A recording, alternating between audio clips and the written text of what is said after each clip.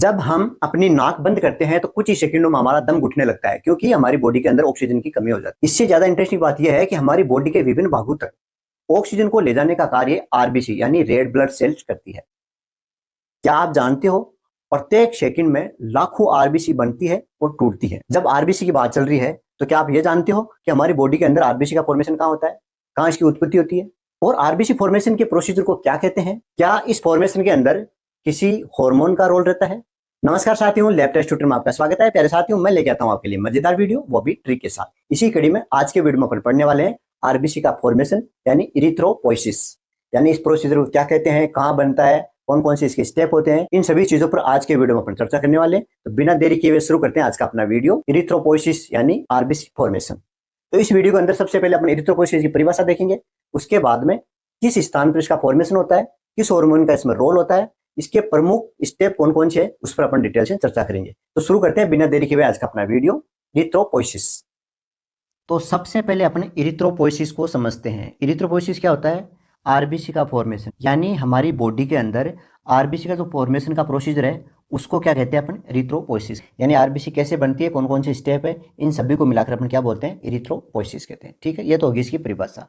Site यानी कहाँ पर बनता है, तो फीटल यानी जो भ्रूण होता है उसको तो लीवर, स्प्लीन और बोन मेरो तीनों के अंदर बनता है, जबकि एडल्ट के अंदर ये रेड बोन मेरो के अंदर ही बनता है। रेड बोन मेरो क्या होता है वो देखते हैं। हमारी जो बोन्स होती है, हड्डियां होती है, इसके अंदर, बोन के अंदर एक स्पंजी यानी एक सॉफ्ट पार्ट होता है, सॉफ्ट पार्ट होता है, उसको क्या बोलते हैं अपन? बोन मेरो बोलते हैं। यानी बोन मेरो कहाँ होता है? हमारी हड्डियों के अंदर होता है। विशेष तौर जो अपनी बॉडी के अंदर जो बड़ी हड्डियां है, थाई है, फीमर है, इनके अंदर, रिप्स है, इनके अंदर ये मेनली पाया जाता है। ठीक है, इसके अलावा अपने पास एक और है शब्द इरिथ्रोपोइटिन, एक हार्मोन है जो किडनी द्वारा सीक्रेट होता है और ये क्या करता है? आरबीसी के फॉर्मेशन को रेगुलेट करता है, यानी कब उसको बढ़ाना है, कब घटाना है। मेनली क्या होता है, जब ऑक्सीजन की कमी होती है तो इरिथ्रोपोइटिन बढ़ जाता है और आरबीसी का फॉर्मेशन है वो भी बढ़ जाता है। ठीक है, तो इरिथ्रोपोइटिन क्या है? एक हार्मोन है जो क्या करता है? आरबीसी फॉर्मेशन को रेगुलेट करता है। तो ये तो हो गया इसके कुछ टर्म्स। इरिथ्रोपोइसिस के अंदर कौन कौन से प्रमुख स्टेप होते हैं, कौन कौन से पार्ट होते हैं, किसके बाद में क्या चीज़ बनती है, इनकी क्या प्रॉपर्टी होती है, इन सभी को एक छोटी सी ट्रिक से अपन याद करेंगे। इरिथ्रोपोइसिस के जो प्रमुख स्टेप होते हैं, स्टेम सेल बनती है, स्टेम सेल से प्रोजेनेटर बनता है, प्रोजेनेटर के बाद में प्रोइरिथ्रोब्लास्ट, फिर नॉर्मोब्लास्ट। नॉर्मोब्लास्ट में 3 होते हैं, अर्ली, इंटरमीडिएट और लेट नॉर्मोब्लास्ट। ठीक है, और इसके बाद में अपने रेटिकुलोसाइट बनता है। रेटिकुलोसाइट जब मैच्योर हो जाता है तो आरबीसी बनती है। ये इसके प्रमुख 6 स्टेप है। इसको अपन एक छोटी सी ट्रिक से याद करें। इरिथ्रोपोइसिस के जो 6 स्टेप है इसको अपन एक छोटी सी ट्रिक से याद करेंगे। ट्रिक इस प्रकार है कि जो एसी है इसके अंदर आरबीसी बिल्कुल नॉर्मल रहती है। ठीक है, प्रॉपर नॉर्मल, बिल्कुल नॉर्मल रहती है, ये याद। इसको इस तरह से लिखना है, एसी पर प्रॉपर नॉर्मल रहती है आरबीसी। ठीक है, ये एसी है, इसके अंदर ये आरबीसी है, कैसी रहती है? बिल्कुल नॉर्मल रहती है। ठीक है, कोई दिक्कत नहीं होती।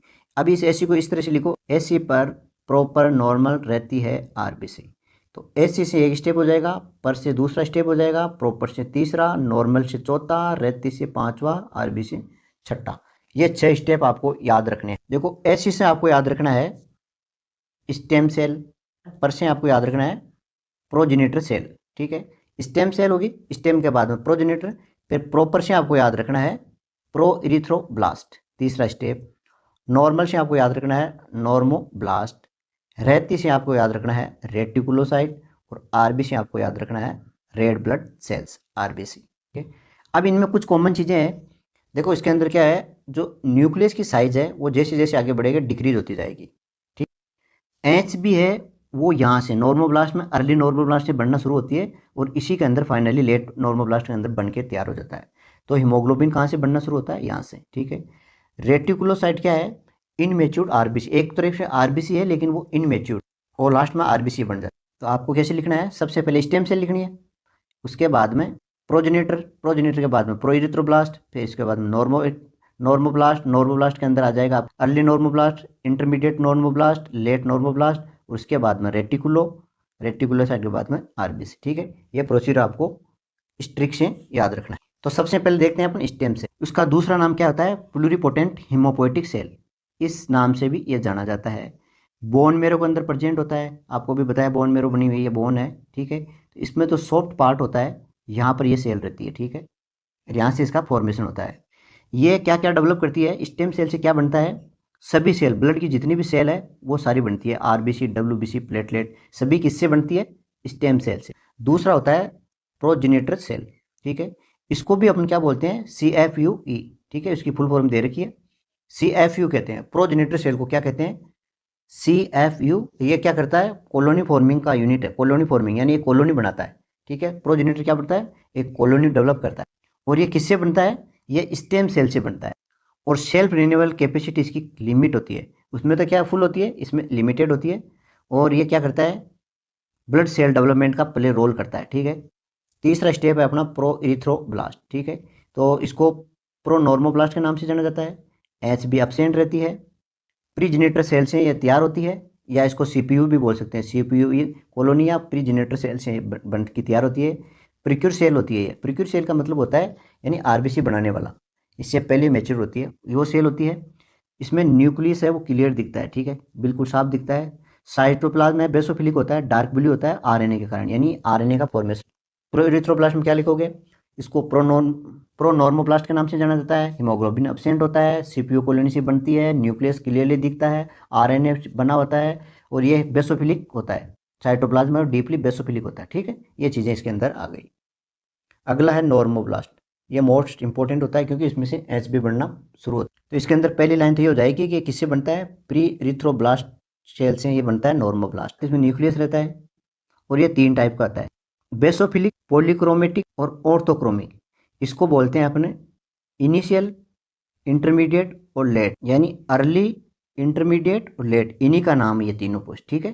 तो ये तो हो गया अर्ली वाला, इसमें क्या है? हीमोग्लोबिन शुरू होता है बढ़ना। दूसरा है इंटरमीडिएट या पॉलीक्रोमिक नॉर्मोब्लास्ट, ठीक है, इसमें हीमोग्लोबिन के साथ आरएनए भी बन जाता है, ठीक है, आरएनए प्लस हीमोग्लोबिन दोनों होता है। और तो ये लगभग इसका जो न्यूक्लियस है वो बिल्कुल छोटा सा हो जाता है, ठीक है, और ये बोन मेरो में पाया जाता है। नॉर्मोब्लास्ट के बाद में आता है रेटिकुलोसाइट, ठीक है। तो ये क्या होता है? इनमेच्योर आरबीसी होती है, न्यूक्लियस में एब्सेंट होता है, आरएनए प्रेजेंट होता है, और ये ब्लड मारने के 1-2 दिन बाद में मेच्योर्ड हो जाता है। ये छोटी सी चीज़ें याद रखनी है। और लास्ट में इसमें फाइनली अपने आरबीसी के बारे में बताना है। तो इसको इरिथ्रोसाइट भी बोलते हैं। शेप बाइकॉनकेव होती है, साइज इसकी 7 से 8 माइक्रोमीटर होती है, नॉर्मल रेंज 4 से 5 लाख होती है इसकी पर माइक्रोलीटर, और 120 दिन की इसकी लाइफ होती है, ठीक है। तो ये छोटी छोटी चीज़ें आपको याद रख। तो ये था अपना छोटा सा टॉपिक, आशा करता हूँ आपको पसंद आएगा। पसंद आया तो शेयर और लाइक जरूर करें। मिलते हैं नेक्स्ट वीडियो में, धन्यवाद। ये वीडियो में अपन पढ़ेंगे फेट ऑफ आरबीसी, आरबीसी का टूटना। जी हाँ, आरबीसी, आरबीसी वो सेल्स है जो टूटने के बाद में हमारी बॉडी के लिए बहुत सारी उपयोगी चीजें छोड़ के जाती है। एमिनो एसिड, आयरन, बिलोरुबिन जैसे बहुत सारे प्रोडक्ट हमारी बॉडी के लिए छोड़ के जाती है जब आरबीसी टूटती है। तो आज के वीडियो के अंदर फेट ऑफ आरबीसी के बारे में पढ़ेंगे, यानी आरबीसी कैसे टूटती है, उसके कौन कौन से प्रमुख स्टेप है, और इसका एंड प्रोडक्ट क्या बनता है। तो बिना देरी किए शुरू करते हैं आज का अपना वीडियो, फेट ऑफ आरबीसी, यानी आरबीसी का टूटना, डिस्ट्रक्शन होना। तो फेट ऑफ आरबीसी का मतलब है आरबीसी का टूटना। तो सबसे पहले क्या होता है, जो आरबीसी है वो 2 भागों में बढ़ती है, यानी हीमोग्लोबिन उससे अलग हो जाता है और रिमेनिंग पार्ट अलग रहता है। यानी ये आरबीसी है, इसके अंदर क्या है? हीमोग्लोबिन है, ये एच अलग निकल जाएगा, बाकी रिमेनिंग पार्ट है वो अलग रहेगा।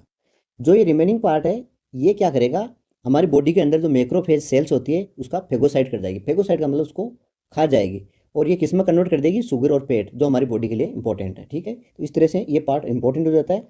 उसके बाद में क्या होता है, हीमोग्लोबिन है वो फिर से 2 भागों में बढ़ती है, हेम प्लस ग्लोबिलिन। ये क्या है? प्रोटीन है।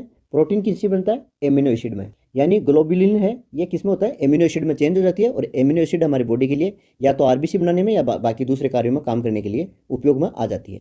अब बचा अपने पास हेम। हेम क्या होता है? एक रिंग होती है 4 पायरिन की, आयरन होता है बीच में, चारों तरफ ये इस तरह से 2 अल्फा और 2 बीटा बॉन्ड से जुड़े होते हैं। ये ओपन होती है, ये पैक रहती है, ये ओपन हो जाती है। ओपन होने से क्या है, जो इसका जो आयरन है वो अलग हो जाता है, और ये जो बचा हुआ 4 पायरिन रिंग है ये किसमें चेंज हो जाती है? बिलीवर्डिन में। और इसको चेंज करने के लिए हमें एक एंजाइम की जरूरत होती है, वो होता है हेमोक्सीजिनेज। हेमोक्सीजिनेज क्या होता है? एक NADPH खर्च करता है, NADPH का यूज करके, और हेमोक्सीजिनेज की स्थिति में अंदर क्या है? ये बिलीवर्डिन में चेंज हो जाती है। समझ में आ गया? यानी आरबीसी टूटती है, रिमेनिंग पार्ट है इसका फेगोसाइट हो जाता है। हीमोग्लोबिन टूटती है, ग्लोबिन बनता है, इसका एमिनो एसिड है, और एमिनो एसिड बॉडी में वापस काम आ जाता है। फिर हेम है, ये हिमोक्सीजिनेज एंजाइम के प्रेजेंस में एक NADPH खर्च करके इसको तोड़ता है, इसमें आयरन और CO अलग हो जाता है, और बाकी जो बचा हुआ पार्ट है वो बिलीवर्डिन के अंदर चेंज हो जाता है, ठीक है।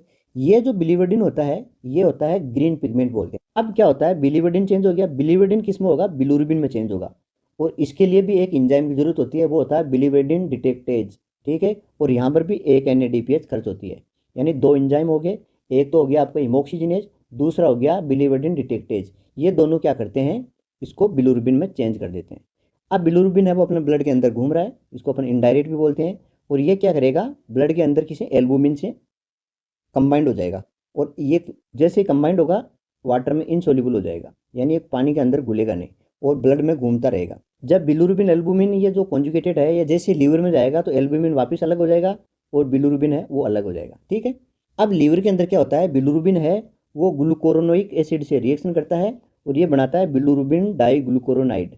तो यहाँ तक का प्रोसीजर क्या हो गया, लीवर का, ठीक है। अब ये यूरोबिलिनोजन है, ये दो टाइप से चलता आगे, एक तो इंटेरोहेपेटिक सिस्टम यानी लीवर के अंदर चला जाता है, वहाँ से किडनी, और किडनी के थ्रू ये बाहर निकल जाता है। दूसरा स्टेरोबिलिनोजन में चेंज होता है और स्टूल के थ्रू बाहर निकल जाता है। ये छोटा सा एक प्रोसीजर है, ठीक है। अब यदि आपको याद नहीं हो रहा है तो आप एक छोटी सी ट्रिक की सहायता से भी आप इसको याद कर सकते हो। ट्रिक है, आरबीसी एचबी में टूटती है, जी हाँ बिल्कुल बिलुरुबिन में चेंज हो जाती है, यानी टूट के बिलुरुबिन में चेंज हो जाती है। तो आरबीसी एचबी में टूटती है, जी हाँ बिल्कुल बिलुरुबिन में टूट जाती है। एक स्टेप, दूसरा स्टेप, तीसरा स्टेप, चौथा स्टेप, पांचवा स्टेप, ठीक है। तो ये छोटे से प्रोसीजर था। अभी अगर आपको याद है तो ठीक है, नहीं तो आप एक छोटी सी ट्रिक की सहायता से भी इसको याद कर सकते हैं। ट्रिक है, आरबीसी एचबी में टूटता है, जी हाँ बिल्कुल टूटता है, बिलुरुबिन में चेंज होता है, टूट के क्या है, बिलुरुबिन में चेंज हो जाता है। आरबीसी एचबी में टूटती है, जी हाँ बिल्कुल बिलुरुबिन में चेंज होता है। पहला स्टेप है आरबीसी, ये आपको आरबीसी याद रखना है। दूसरा हीमोग्लोबिन यानी एचबीआई हीमोग्लोबिन, ठीक है।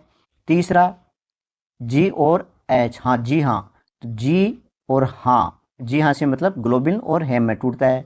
बिल्कुल, बिल से आपको बिलिविडिन रखना है, कू से CO और एल से आपको लोहा, लोहा यानी आयरन। तो बिल्कुल से क्या हो गया, बिलिवर्डिन, CO और आयरन, ठीक है।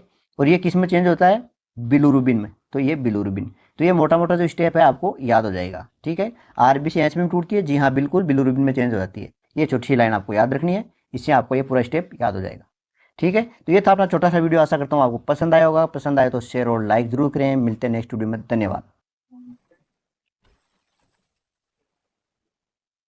तो आज के टॉपिक को शुरू करने से पहले मैं आपको एक छोटी सी कहानी सुनाने चाह रहा हूँ, बहुत ही मजेदार कहानी है। क्या होता है कि एक पेशेंट डॉक्टर के पास जाता है, तो डॉक्टर साहब को बोलता है, डॉक्टर साहब मुझे चक्कर आ रहे हैं, बहुत ज्यादा थकान महसूस हो रही है, बेचैनी महसूस हो रही है, मुझे ट्रीटमेंट चाहिए। डॉक्टर साहब क्या करते हैं, पेन उठाते हैं और उनके एक सीबीएसई टेस्ट लिख देते हैं। डॉक्टर लिखने के बाद में पेशेंट लैब में जाता है, लैब में अपना सैंपल देता है और कुछ देर बाद में अपनी रिपोर्ट लेके वो डॉक्टर साहब को सौंपते हैं।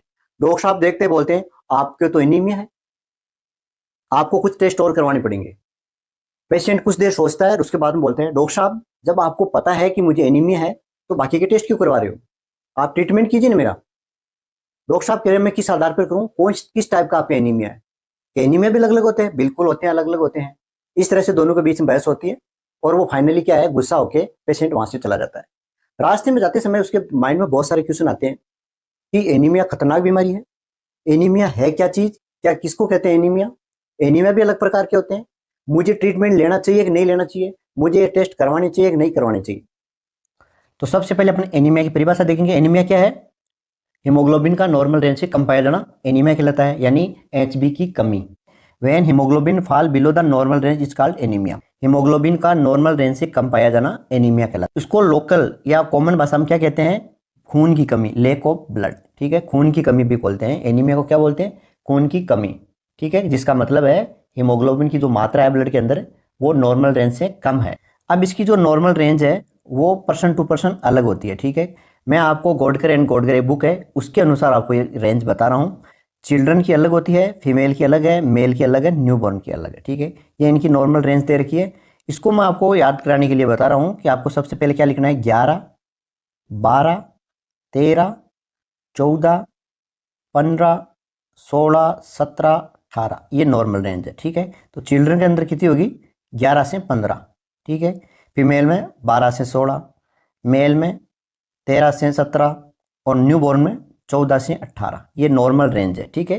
बाकी आपको अलग अलग बुक में अलग अलग मिल सकती है, लेकिन रफली ये मोटा मोटी आइडिया यही है, ठीक है। तो इसको याद रखने का देखो सीधा सी तरीका है, 11, 12, 13, 14, फिर वापस ऊपर आ जाओ 15, 16, 17, 18 इस तरह से लिखना है।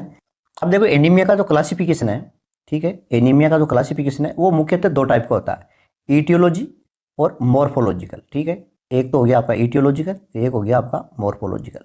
ईटियोलॉजी का मतलब है उत्पत्ति के आधार पर, उत्पत्ति के आधार पर अलग अलग टाइप का एनीमिया हो सकता है, जबकि मॉर्फोलॉजी के आधार पर अलग टाइप का होता है। मॉर्फोलॉजी का मतलब है आरबीसी से, यहाँ पर आरबीसी की शेप एंड साइज के आधार पर और उसके कलर के आधार पर उसको क्लासिफिकेशन किया गया है।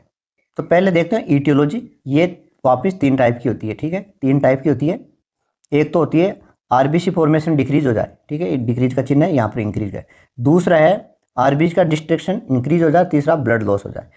आरबीसी फॉर्मेशन का डिक्रीज होना, आरबीसी बढ़ने नहीं, अंदर बॉडी के अंदर नहीं बन रही है, आरबीसी की कमी होगी तो एसबी अपने आप ही कम हो जाएगा। ठीक है, तो इसके अंदर आपका आता है विटामिन B12 या फोलिक एसिड की डेफिशिएंसी के कारण, दूसरा आयरन डेफिशिएंसी, परनिशियंस, ए प्लास्टिक, ये 4 एनीमिया इस कैटेगरी के अंदर डाला है मुख्य, और भी है, ये मुख्यतः 4 आते हैं इसमें। आरबीसी फॉर्मेशन डिक्रीज होती है, उसको बोलते हैं डेफिशिएंसी एनीमिया। ठीक है, इसी का नाम क्या है, डेफिशिएंसी एनीमिया, यानी कोई ना कोई चीज़ की कमी के कारण ये आरबीसी फॉर्मेशन है वो डिक्रीज हो रहा है। तो इसके लिए आपको 4 ये एग्जाम्पल आपको याद रखने हैं। ठीक है, ये तो हो गया आरबीसी फॉर्मेशन डिक्रीज, यानी आरबीसी बढ़ना कम हो जाती है बॉडी के अंदर, उसके कारण एनीमिया होता है। दूसरा है आरबीसी डिस्ट्रैक्शन, यानी आरबीसी के टूटने से, बन तो पूरी रही है बॉडी के अंदर, जितनी चाहिए उतनी बन रही है, लेकिन जो आरबीसी है वो ज़्यादा टूट रही है, उसका इंक्रीज हो गया टूटना। ठीक है, उसकी वजह से। ठीक है, वो जो आरबीसी टूटती है उसको बोलते हैं अपन हिमोलाइटिक एनीमिया। ठीक है, और इसके एग्जाम्पल आपको सिकल सेल एनीमिया हो गया, स्पेरोसाइटोसिस है, G6PD डेफिशिएंसी है, थैलीसीमिया है, और भी है। ये मुख्य मुख्य एग्जाम्पल है इसके दूसरे वाले के। तीसरा है ब्लड लॉस के कारण। ठीक है, खून का बॉडी से बाहर निकल जाना, उसकी वजह से भी एनीमिया हो जाता है। तो इसमें एक तो होता है एक्यूट ब्लड लॉस, दूसरा है क्रोनिक ब्लड लॉस। एक्यूट के अंदर तो आपका क्या हो गया, या तो एक्सीडेंटल है या फिर सर्जरी है। ठीक है, 2 एग्जाम्पल है, या तो सर्जरी कर रहे हैं उस टाइम गलती से कोई वेन कट गई या आर्टरी कट गई उसकी वजह से हो गई, या फिर कहीं एक्सीडेंट हो गया और उसका खून बह गया है, तो ये ब्लड लॉस हो जाता है, इसको बोलते हैं अपन एक्यूट, तुरंत वाला। ठीक है, एक होता है क्रोनिक, यानी ब्लड तो बहुत कम निकलता है लेकिन धीरे धीरे निकलता रहता है, जिसमें पेप्टिक अल्सर है, यानी आंतों के अंदर अल्सर हो जाती है जिससे ब्लड है वो धीरे धीरे निकलता रहता है। दूसरा है हुकमारम, ये डिजीज होती है, अंदर हुकमारम हो गया, उसकी वजह से पाइल्स है। ठीक है, इरेगुलर एमसी है। तो इन चीज़ों की वजह से जो ब्लड लॉस होता है उसको बोलते हैं अपन क्रोनिक ब्लड लॉस। ठीक है, तो ये 3 टाइप का हो गया। ठीक है, मैं एक बार वापस समझा देता हूँ। देखो एनीमिया है वो 2 टाइप के हैं, ईटियोलॉजी और मॉर्फोलॉजिकल। ठीक है, ईटियो का मतलब है उत्पत्ति के आधार पर। ठीक है, तो एक तो होता है आरबीसी का फॉर्मेशन डिक्रीज हो जाए, उसको बोलते हैं अपन डेफिशिएंसी एनीमिया, यानी किसी चीज़ की अंदर डेफिशिएंसी है, मान लो विटामिन B12 है या फोलिक एसिड की डेफिशिएंसी है, आयरन की डेफिशिएंसी है, परनिशियस, ये कहीं IF फैक्टर की कमी है, अंदर विटामिन B12 है और फोलिक एसिड तो ले तो रहे हैं अपन, लेकिन उसका ऑब्जर्व नहीं हो रहा, वो इसका अवशोषण नहीं कर पाते हैं और वो वापस बाहर निकल जाते हैं, इस वजह से भी हो जाता है। ए प्लास्टिक यानी बोन मेरो के अंदर कोई दिक्कत होगी, कैंसर वगैरह है, आरबीसी बनना कम हो जाता है, उसको बोलते हैं अपन ए प्लास्टिक एनीमिया। ठीक है, तो ये तो हो गया आपके प्रमुख एनीमिया। कौन सा, आरबीसी डिफिशियंसी वाला। दूसरा है टूटने वाला हिमोलाइटिक एनीमिया, जिसके उदाहरण ये आपने बता दिया मैंने। ठीक है, अब इन दोनों को एग्जाम्पल को याद रखने के लिए मैं आपको एक छोटी सी ट्रिक बताता हूँ। अब देखो ये दोनों एनीमिया है, डेफिशिएंसी वाला और हिमोलाइटिक एनीमिया, इसको याद रखने के लिए मैंने एक छोटी सी ट्रिक बनाई है। डियर आप वीआईपी हो, हमें शक्ल से तो गधा लगते थे, मतलब आपकी शक्ल तो ऐसे गधा सी जैसी लग रही थी, लेकिन आप तो वीआईपी हो। डियर से आपको याद रखना है डेफिशिएंसी एनीमिया। ठीक है, डेफिशिएंसी वाला हो गया। आप से आपको याद रखना है एप्लास्टिक एनीमिया। वी से आपको विटामिन B12 और फोलिक एसिड। आई से आपको आयरन डेफिशिएंसी और पी से आपको याद रखना है परनिशियंस। हमें से आपको याद रखना है हिमोलाइटिक एनीमिया। शक्ल से आपको सिकल सेल याद रखना है। से आपको स्पेरोसाइटोसिस लिखना है। गधा G और D, तो GD, और थे से थैलीसीमिया। ठीक है, याद रह जाएगा। ठीक है, ये तो हो गया अपना। दूसरा वाला टाइप है मॉर्फोलॉजी। क्रोमिक का मतलब होता है कलर और साइटिक का मतलब होता है साइज। ठीक है, नॉर्मोक्रोमिक, नॉर्मोक्रोमिक, नॉर्मोक्रोमिक, हाइपोक्रोमिक, ये लिखना। तो नॉर्मोक्रोमिक 3 बार लिखना है और 1 बार लिखना है आपको हाइपोक्रोमिक। उसके बाद में नॉर्मोसाइटिक, मैक्रोसाइटिक और माइक्रोसाइटिक, माइक्रोसाइटिक। पहला का मतलब है नॉर्मोक्रोमिक नॉर्मोसाइटिक, यानी उसका कलर नॉर्मल है और साइज भी नॉर्मल है। दूसरा है नॉर्मोक्रोमिक मैक्रोसाइटिक, कलर नॉर्मल है लेकिन आरबीसी की साइज है वो बढ़ गई है। तीसरा है नॉर्मोक्रोमिक माइक्रोसाइटिक, कलर उसका नॉर्मल है लेकिन साइज छोटी हो गई है। फिर हाइपोक्रोमिक माइक्रोसाइटिक, उसका कलर भी कम हो गया है और साइज भी छोटी हो गई है। ये 4 टाइप के हो गए, ठीक है। तो नॉर्मो का मतलब नॉर्मल कलर है, नॉर्मोसाइटिक मतलब नॉर्मल साइज है, उसका मैक्रोकोलम मोटी हो गई है, माइक्रोकोलम छोटी हो गई है, ठीक है। हाइपो मतलब कलर कम हो गया उसका। तो इस आधार पर इसको क्लासिफिकेशन किया जाता है। मेरे हिसाब से आपको याद हो जाएगा ये। अब देखो कुछ एनीमिया का एग्जाम्पल है और उनके अंदर एचबी का रोल क्या रहेगा, आरबीसी क्या रहेगी, पीसीबी क्या रहेगी, एमसीबी क्या रहेगी, एमसीएससी, इनको ये बढ़ेंगे घटेंगे, इनको एक छोटी सी ट्रिक से अपन याद करें। तो छोटी सी ट्रिक की सहायता से इस टेबल को अपन कंप्लीट करेंगे, ठीक है। किस एनीमिया के अंदर कौन सी मॉर्फोलॉजी वाला एनीमिया है, इन सभी को एक छोटी सी ट्रिक के माध्यम से याद करेंगे। ट्रिक को शुरू करने से पहले मैं आपको बता दूं, एचबी, आरबीसी और पीसीबी ये तीनों सभी में डिक्रीज होता है। कोई से भी एनीमिया हो, सबके अंदर ये क्या होता है, डिक्रीज रहता है। अगर गोडकर एंड गोडकर की माने तो थैलीसीमिया के अंदर आरबीसी इंक्रीज होता है, ठीक है। गोडकर बुक है, गोडकर एंड गोडकर, इसके अनुसार थैलीसीमिया में आरबीसी इंक्रीज होती है, बाकी सभी में एचबी, आरबीसी और पीसीबी डिक्रीज होता है। ये तो आपको सिंपल सा याद रखना है। बाकी कब घटेंगे कब बढ़ेंगे, एक छोटी सी ट्रिक की सहायता से अपन शुरू। तो ट्रिक इस प्रकार है कि एक पेशेंट डॉक्टर को बोलता है कि डॉक्टर साहब मैं ठीक नहीं हूं क्या, डॉक्टर बोलता है नहीं नहीं आप बिल्कुल नॉर्मल हो, सिर्फ बीपी इंक्रीज है। ये 3 लाइन आपको छोटी छोटी याद रखनी है। पहली है, हे डॉक्टर मैं ठीक नहीं हूं, हे डॉक्टर मैं ठीक नहीं हूं। हे से आपको याद रखना है हाइपोक्रोमिक, डीआर से आपको याद रखना है डिक्रीज, यानी इनके अंदर सब कुछ डिक्रीज होता है, और मी से आपको याद रखना है माइक्रोसाइटिक, यानी इस एनीमिया के अंदर क्या होता है, हाइपोक्रोमिक माइक्रोसाइटिक एनीमिया होता है और इसके अंदर सब कुछ डिक्रीज होता है। और इसके एग्जाम्पल है ठीक वाले, TIC ठीक, TIC ठीक, यानी thalassemia, iron deficiency, chronic blood loss, ये इसके अंदर क्या होता है, हाइपोक्रोमिक माइक्रोसाइटिक एनीमिया होता है। और इनके अंदर क्या होता है, ये सब कुछ डिक्रीज होता है, ठीक है। MCH, MCV ये सब क्या होते हैं, डिक्रीज होते हैं, ठीक है। पहली लाइन से आपको ये कंप्लीट हो गया। है से हाइपोक्रोमिक, डी से डिक्रीज, में से माइक्रोसाइटिक, टी से थैलीसीमिया, आयरन और क्रोनिक ब्लड लॉस, ये 3 एग्जाम्पल इसके हो गए। दूसरी लाइन है, नो नो हम ऑल नॉर्मल है। बिल्कुल नो नो नहीं, ऐसी कोई बात नहीं, हम नॉर्मल है। तो नो नो से आपको याद रखना है नॉर्मोक्रोमिक और नॉर्मोसाइटिक एनीमिया है इसके अंदर। हम से है हिमोलाइटिक एनीमिया, जितने भी हिमोलाइटिक एनीमिया है ये इसके अंदर किस में आते हैं, नॉर्मोक्रोमिक नॉर्मोसाइटिक एनीमिया में आता है। और इसके एग्जाम्पल है आल, ठीक है। आल का मतलब है हिमोलाइटिक, हम से हिमोलाइटिक एनीमिया आ जाते हैं, ए से ए प्लास्टिक और एल से एक्यूट लॉस या ब्लड लॉस, ठीक है। तो इसके अंदर हो गया नो नो से आपको नॉर्मोक्रोमेटिक नॉर्मोसाइटिक एनीमिया, हम से हिमोलाइटिक एनीमिया, ए प्लास्टिक और एक्यूट ब्लड लॉस, इनके अंदर क्या होता है, सब कुछ नॉर्मल रहता है, यानी इनके अंदर क्या रहेगा, नॉर्मल, ठीक है यहां तक। तीसरी लाइन है, श्रीमान बीपी इंक्रीज है बस।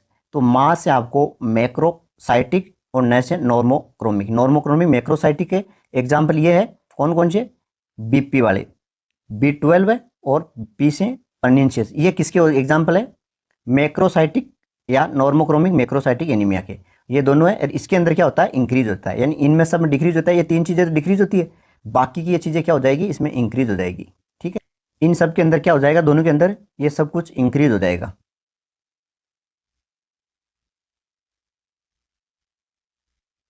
ठीक है। यानी तीनों, इस 2 के अंदर तो इंक्रीज होगा, इन बीच वाले 3 के अंदर नॉर्मल रहेंगे, ठीक है, और ऊपर वाले 3 के अंदर डिक्रीज होगा, ठीक है। तो ये छोटी सी ट्रिक है, इससे आपको आसानी से याद हो जाएगा, ठीक है। तो ये छोटी सी ट्रिक है, आशा करता हूँ आपको पसंद आई होगी। पसंद आए तो शेयर और लाइक जरूर करें। मिलते हैं नेक्स्ट वीडियो में, धन्यवाद। सेल इंडिसेस या कलर इंडिसेस किसे कहते हैं, ठीक है, ये क्या होता है। तो इंट्रोडक्शन में अंदर आप क्या लिखोगे, ब्लड सेल इंडिक्स है, उसको क्या क्या इरिथ्रोसाइट इंडिसेस या कलर इंडिसेस के नाम से जाना जाता है। यानी कलर इंडिसेस, इरिथ्रोसाइट इंडिसेस और रेड ब्लड सेल इंडिसेस तीनों एक ही चीज है। इसमें क्या करते हैं अपन, क्वांटिटिव इंफॉर्मेशन करते हैं, किसके बारे में, आरबीसी के बारे में। आरबीसी की क्वांटिटिव इंफॉर्मेशन देते हैं, यानी एक पर्टिकुलर आरबीसी का वॉल्यूम कितना है, इसमें एचबी कितना है, एचबी कंसंट्रेशन कितना है, इन चीजों को अपन जानते हैं, ठीक है।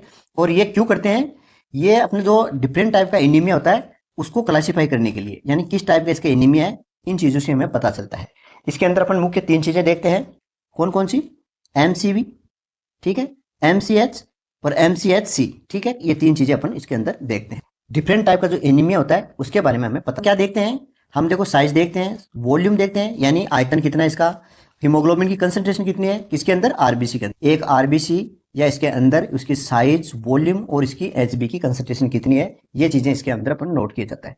इस टेस्ट को लगाने के लिए हमें 3 चीजों का पता होना चाहिए, यानी हीमोग्लोबिन हमें पता होना चाहिए, पीसीवी यानी पैक्ड सेल वॉल्यूम पता होना चाहिए, यानी आरबीसी की काउंटिंग हमें पता होनी चाहिए, ठीक है। और इन तीनों चीज़ों से हमें क्या निकालते हैं, 3 चीज़ निकालते हैं, एमसीवी, एमसीएच, एमसीएचसी। ये 3 चीज़ें अपने कलर इंडिसेस के अंदर देखते हैं, ठीक है। इनकी फुल फॉर्म दे रखी है, एमसीवी की, एमसीएच की और एमसीएचसीएच की, ठीक है। अब लेते हैं सबसे पहले अपन एमसीवी। एमसीवी क्या होता है, ठीक है। तो इसकी फुल फॉर्म होती है मीन कॉर्पस्कुलर वॉल्यूम, यानी कहने का मतलब एवरेज वॉल्यूम, एवरेज आयतन कितना है एक पर्टिकुलर सेल का। यानी अपन आरबीसी देखते हैं, अभी आरबीसी काउंट कर रहे हैं, तो आरबीसी बहुत सारी होती है अंदर, ठीक है, इस तरह से। अब हम इनमें से एक आरबीसी को उठाते हैं इसको, ठीक है। और इस एक आरबीसी का वॉल्यूम कितना है, इसका साइज क्या है और वॉल्यूम यानी आयतन कितना है इसका, और इसकी साइज छोटी है या बड़ी है, वो चीज़ इस चीज़ से हमें पता चलता है, किससे, एमसीवी से, ठीक है। तो एमसीवी की फुल फॉर्म क्या होगी, मेन कॉर्पस्कुलर वॉल्यूम। ये वॉल्यूम के बारे में बताता है। डेफिनेशन क्या होगी, it is measuring the average volume और साइज ऑफ इंडिविजुअल आरबीसी। एक पर्टिकुलर आरबीसी, एक आरबीसी की साइज और वॉल्यूम के बारे में हमें बता, इसको पता लगाने के लिए हमें पीसीवी ध्यान होनी चाहिए और आरबीसी काउंटिंग होनी चाहिए, ठीक है। देखो पीसीवी क्या है, आपने ब्लड लिया, ठीक है, इसको घुमाया और जहां तक आरबीसी जमी हुई है ऊपर प्लाज्मा आ जाएगा और नीचे क्या आ जाएगी, आरबीसी आ जाएगी। तो ये आरबीसी की अमाउंट कितनी है, कितना प्रतिशत है, ठीक है। नॉर्मली ये 45% होता है, ठीक है। तो ये कितना है ये हमें पता होना चाहिए, निकाल लेते हैं। आरबीसी हम सीबीसी से ले सकते हैं, ठीक है। अब क्या करेंगे, एमसीवी निकालने के लिए पीसीवी के अंदर हम क्या करेंगे, आरबीसी काउंटिंग का भाग देंगे, जो संख्या आएगी उसको 10 से गुणा करेंगे और उसे हम बोलेंगे अपन एमसीवी, ठीक है। तो ये तो हो गया इसका फॉर्मूला। इसकी नॉर्मल रेंज क्या रहती है, 80 से 90। क्यूबिक क्या है उसको बोलते हैं एफएल, एफएल के अंदर डिनोट करते हैं, ये इसकी नॉर्मल होती है। अगर इससे छोटा है तो आरबीसी की साइज छोटी है, और इससे अगर ज़्यादा रेंज आ रही है तो साइज बड़ी है आरबीसी, ठीक है। ये चीज़ें अपन को देखनी होती है। अगर ये डिक्रीज हो गया 90 से मान लो 70 ही आ रहा है, तो इसका मतलब क्या है, मैक्रोसाइटोसिस है, यानी साइज आरबीसी की साइज स्मॉल है। और ये कब होती है, आयरन डेफिशिएंसी एनीमिया होता है तब, थैलेसीमिया, इनके अंदर ही हो जाता है। और ये इंक्रीज हो रही है, मान लो 90 की जगह 102 105 आ रही है, तो ये मैक्रोसाइटोसिस यानी आरबीसी की साइज है वो बढ़ चुकी है, ठीक है, लार्ज हो गई है। ये कब देखा जाता है, मेगालोब्लास्ट एनीमिया होता है इसके अंदर, या इसके अलावा लीवर की जो बीमारी होती है उसके अंदर ये देखने को मिलता है। एनीमिया का जो क्लासिफिकेशन करते हैं ना, यानी माइक्रोसाइटिक है, नॉर्मोसाइटिक है, मैक्रोसाइटिक, कौन सा एनीमिया है, ये इससे हम पता लगा सकते हैं। तो ये हो गया आपका एमसीवी, ठीक है। यानी डेफिनेशन क्या होगी, वॉल्यूम और साइज के बारे में बताता है, किसके, एक पर्टिकुलर आरबीसी के बारे में। फॉर्मूला दे रखा है, पैक्ड सेल वॉल्यूम में आरबीसी का अपन भाग देंगे और उससे 10 से गुणा करेंगे, जो संख्या प्राप्त होगी वो एमसीवी होगी। नॉर्मल रेंज इसकी 80 से 90 होती है, डिक्रीज होने पर माइक्रोसाइटिक बोलते हैं। और ये आयरन की डेफिशिएंसी या थैलेसीमिया के अंदर अपन को दिखाई देता है। इंक्रीज का मतलब मैक्रोसाइटोसिस हो गया, और ये मेगालोब्लास्टिक एनीमिया के अंदर दिखाई देता है, ठीक है। ये हो गया एमसीवी। दूसरा है एमसीएच, इसकी फुल फॉर्म होती है मीन्स कॉर्पस्कुलर हीमोग्लोबिन, यानी एक आरबीसी के अंदर एचबी कितना है, एक, ठीक है। एवरेज सबका निकालेंगे अपन, ठीक है, सबकी आरबीसी को तो अपन एचबी बोलेंगे, ठीक है। अब एक के अंदर कितना है इसको निकालेंगे तो अपन बोलेंगे एमसीएच, ठीक है। इसको बोलते हैं, आज दूसरा नाम है इसका एवरेज सेल हीमोग्लोबिन, यानी एक सेल में एवरेज हीमोग्लोबिन कितना है उसको अपन डिटेक्ट करते हैं। तो it indicate average amount of haemoglobin in each RBC, एक आरबीसी के अंदर हीमोग्लोबिन, एवरेज हीमोग्लोबिन कितना पाया जाता है उसको बोलते हैं अपन एमसीएच, ठीक है। इसको पिकोग्राम के अंदर नापा जाता है, पिकोग्राम इसकी यूनिट होगी। और इसको निकालने के लिए हम क्या होता है, हमें हीमोग्लोबिन पता होना चाहिए और आरबीसी काउंट, ठीक है।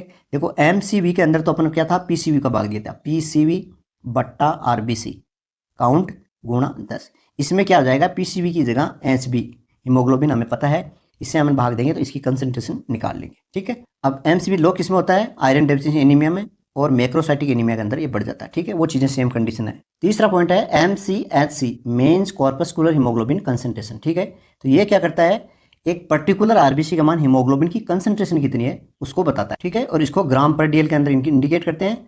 और इसका फॉर्मूला है एमसीएचसी, करो यहाँ पर, ठीक है। और यहाँ पर ये आरबीसी नहीं होगा, यहाँ पर हो जाएगा पीसीवी, पैक्ड सेल वॉल्यूम, ठीक है। तो एमसीएच में क्या होता है, हीमोग्लोबिन के अंदर पीसीवी का अपन भाग देंगे और 10 से गुणा करेंगे, जो चीज़ आएगी वो हो जाएगी एमसीएचसी। अब ये कब बढ़ती है और कब घटती है, ठीक है। तो आयरन डेफिशिएंसी और थैलेसीमिया में डिक्रीज हो जाती है और स्पेरोसाइटोसिस के अंदर ये इंक्रीज हो जाती है। तो ये था अपना छोटा सा वीडियो, आशा करता हूँ आपको पसंद आया होगा। पसंद आए तो शेयर और लाइक जरूर करें। मिलते हैं नेक्स्ट वीडियो में, धन्यवाद।